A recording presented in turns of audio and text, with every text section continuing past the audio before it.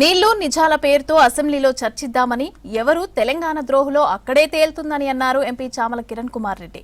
BRS హయాంలో ఇంటికే urea వచ్చిందనడం పచ్చి అబద్దమని చెప్పారు. గట్టిగా మాట్లాడినంత మాత్రాన అబద్దాలు నిజాలు కావన్నారు చామల. ప్రతిపక్ష నేత ఇప్పటికైనా అసెంబ్లీకి వచ్చి చర్చల్లో పాల్గొనాలని సూచించారు.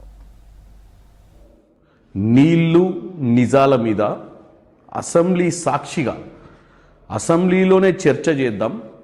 ఎవరు ద్రోహియో ప్రజలే తెలుసుకుంటారు, ఎందుకంటే మన చర్చల ద్వారా వాస్తవాలు బయటకు వస్తాయని చెప్పడం జరిగింది.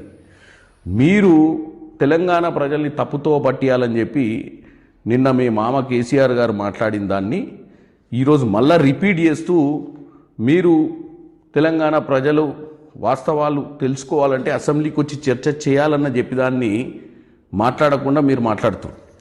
ఇంకోటి, మీరు మీ హయాంలో యూరియా బస్తాలు ఆటో వారికి ఫోన్ చేసి ఇంటికి తెచ్చి ఇచ్చిపోయేటోళ్ళు అని చెప్తారు.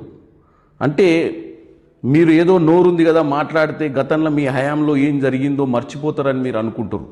వాస్తవంగా నేను చెప్తున్నా, మీ హయాంలో మీరు ఒకసారి చూడండి. మీ హయాంలో ఈ యూరియా కోసం బారులు తీసి లైన్లో నిలబడ్డది 2020లో.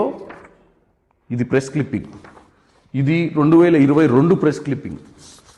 ఇది 2023. ఇది 2021.